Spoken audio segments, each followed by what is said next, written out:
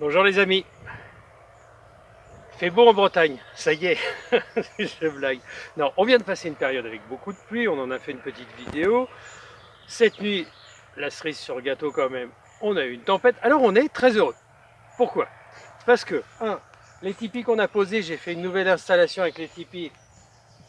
J'ai donc les tipis qui sont attachés par 3 là-haut, une barre de renfort en latéral, et j'ai fixé des barres directement sur mes poteaux qui sont attachés là-haut. Donc avec la grosse tempête qu'il y a eu cette nuit, ça a tenu, c'est pas mal.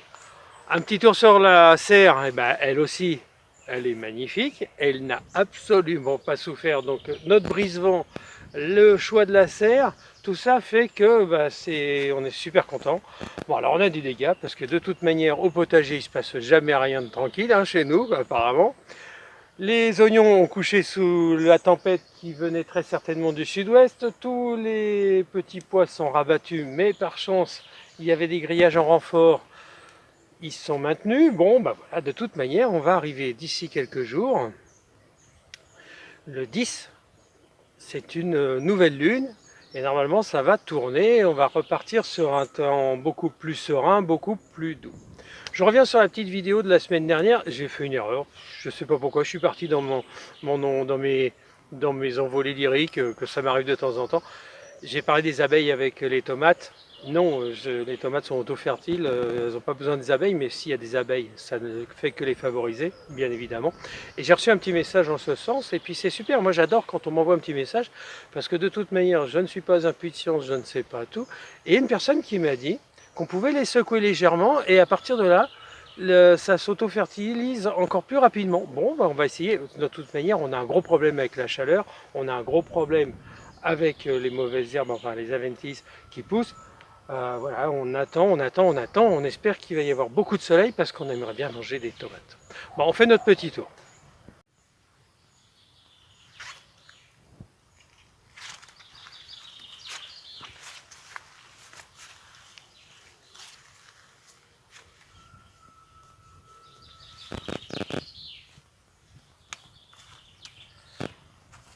Bon, vous voyez le constat, le mildiou est dans les pommes de terre.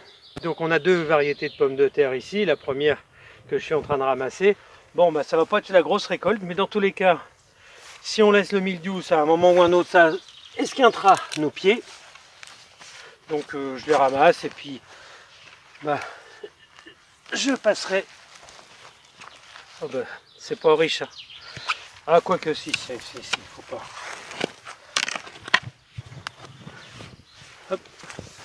Je vais doucement, il faut bien prendre sur les côtés pour éviter de casser, de blesser les pommes de terre qui existent. Oh si, il y a quoi, il y a de quoi. Regardez ça, elles sont jolies. Hein. Alors elles ont que 90 jours. Et ça, cette variété, c'est la Charlotte, ça se récolte normalement à 120 jours. Bon, je vais les ramasser au fur et à mesure, je vais faire de la place, je vais nettoyer le terrain. Je vais très certainement replanter autre chose dedans. Bon, voilà, il y en a un peu, quoi. Je veux dire, allez, on va faire 400 grammes par pied. Bon, c'est ce que je disais déjà l'autre jour. Voilà, et puis alors après, il y a une autre variété qui est intéressante. Je vous invite à consulter ce que c'est que cette variété. C'est la Dolwen. Anciennement, c'était la Corolle, quand c'était une pomme de terre qui était réservée aux professionnels. Et sa particularité, ça se voit tout de suite. Regardez, tout ça c'est de la Charlotte, c'est complètement mort. Elle est entièrement résistante avec quelques autres variétés au mildiou. C'est-à-dire que là, le mildiou l'attaque, parce que ça se voit, mais il y a juste un ou deux pieds qui sont esquintés, donc elles, on va les laisser. Donc je vais ramasser toutes mes Charlottes petit à petit, ça va nous faire une petite pomme de terre qu'on va manger là pendant l'été, puis jusqu'au début de l'automne. Bon, vous savez, c'est dans tous les cas, il faut faire avec le temps. Alors moi je suis, voilà, des coups de gueule on en a, des coups de tristesse on en a, mais il faut rebondir. Et puis après, c'est l'abondance. Parce que là, je vais faire quoi je vais faire 40, 50, 60 kilos de Charlotte. Et ça va nous faire un sacré petit bout de temps. Voilà, donc il ne faut pas se laisser aller. C'est vrai que c'est pénible. Bon, là j'ai du boulot à profusion. En plus j'avais prévu, j'ai mes poireaux d'hiver que je dois planter aujourd'hui. Donc voilà, donc on On a eu aussi des betteraves rouges qui ont été attaquées, donc on les a sauvées parce qu'on a fait un traitement de tanésie parce qu'il y a des petites bestioles. Donc on va arracher les quelques pieds qui ne sont pas bons. Et puis une fois qu'on aura fait ça, ben, on est reparti. Puis avec le 10 juillet, la nouvelle lune. Et normalement, alors là, par contre, si le 10 juillet, ça continue à partir sur du mauvais temps, je pense qu'on va avoir vraiment... Je pense qu'on va vraiment avoir un hiver compliqué, que l'autonomie sera difficile. On a une journée un peu plus favorable pour qu'on puisse se parler tranquillement dans le jardin. Alors bon, évidemment, les charlottes, je les ai arrachées. J'ai commencé à arracher le premier quart. Je vais toutes les arracher de toute manière, je ne vais pas les laisser. Il y en a qui disent qu'on peut les laisser en terre. Moi, j'ai un grand doute là-dessus, donc je vais les arracher toutes petit à petit. Bon, je ne peux pas tout faire avec un temps pareil.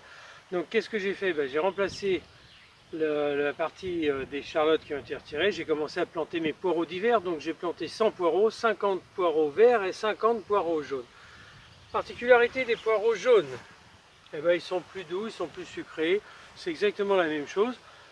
J'avais envie de m'amuser. Comme on a déjà une centaine de poireaux d'été qui vont nous accompagner jusqu'à la fin de l'automne, ceux-là ils vont nous accompagner jusqu'au mois de mars. Donc c'est bon, si tout va bien, on est équipé. Et puis derrière moi, il me restait un petit carré. Donc je commence à préparer les plantations d'hiver. Qu'est-ce que sont les plantations d'hiver? Bientôt la mâche, les épinards, les radis noirs d'hiver, toutes ces choses qu'on plante dernière fois. Là aujourd'hui, je prépare une plantation de carottes. La troisième plantation, la première, bon, elle a été mangée par les limaces, on l'a renouvelée, mais donc elle est devenue la deuxième. Bon, après, j'ai recommencé une seconde plantation. Elle est merveilleuse, elle fonctionne bien. Là, la première, donc je l'ai renouvelée, j'ai renouvelé complètement la plantation, donc elle est bien partie.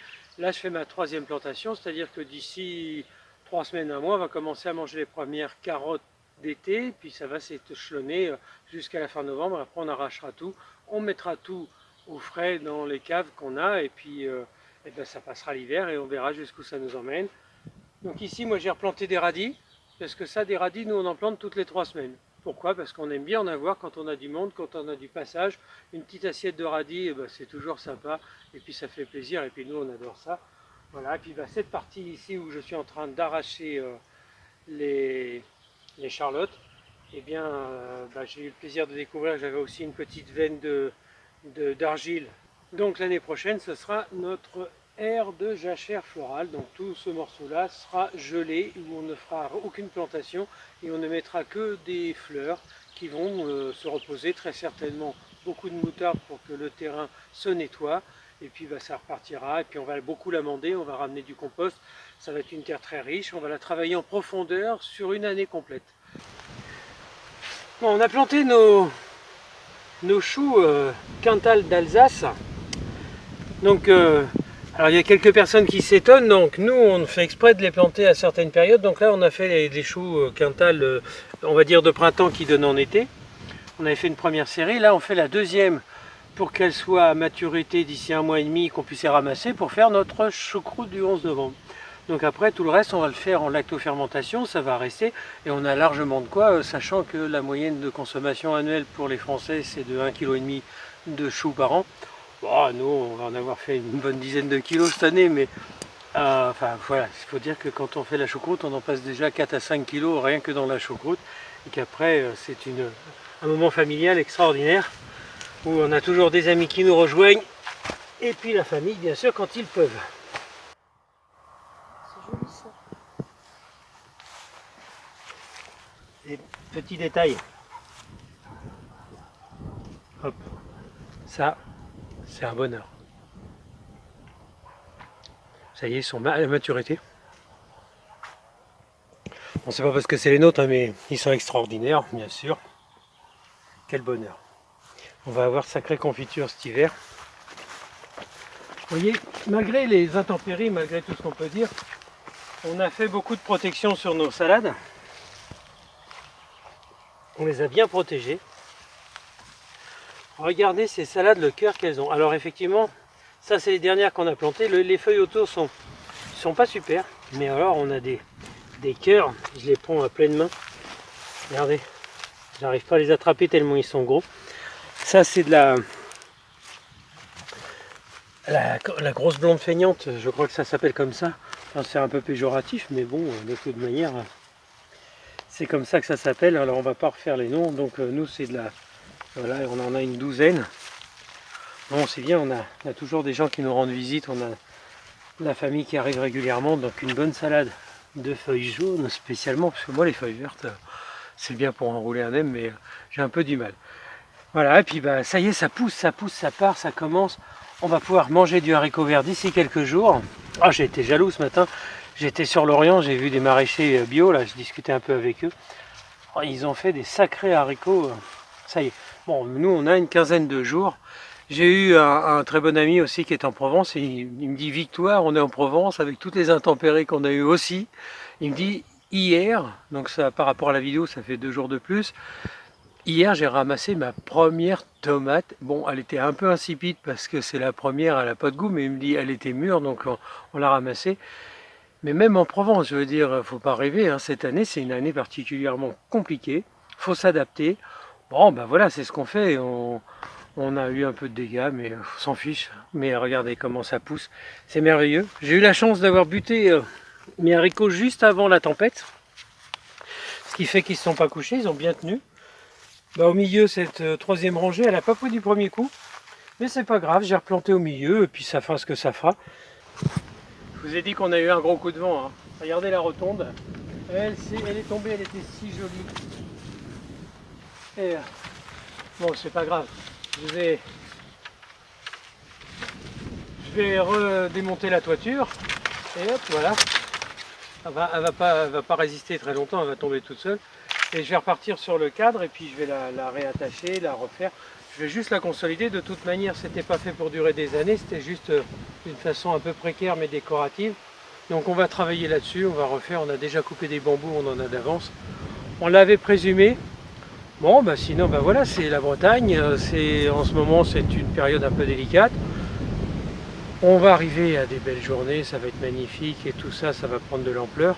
Voilà, et puis bah, moi je vais maintenant être un peu plus libre au potager puisque le gros travail ça a commencé pour nous le 11 mars cette année. On est bientôt le 10 juillet, ça fait avril, mai, juin, juillet, ça fait 4 mois de travail intensif pour sortir un jardin de façon à avoir une autonomie alimentaire. Moi j'ai pris les notes de tout ce que je récolte jour par jour, tout ce qu'on plante, comment on le fait. Et puis voilà. Donc maintenant on va passer à un autre gros chantier. Sandrine va vous montrer une grosse bâche bleue. C'est une surprise.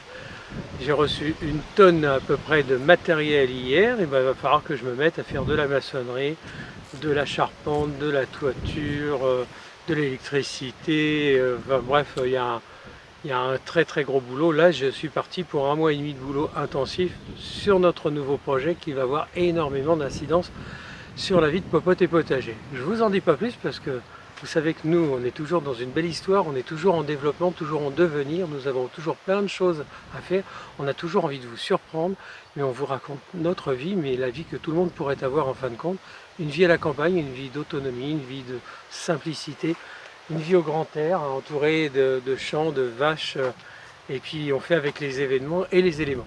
Je vous embrasse, à très vite.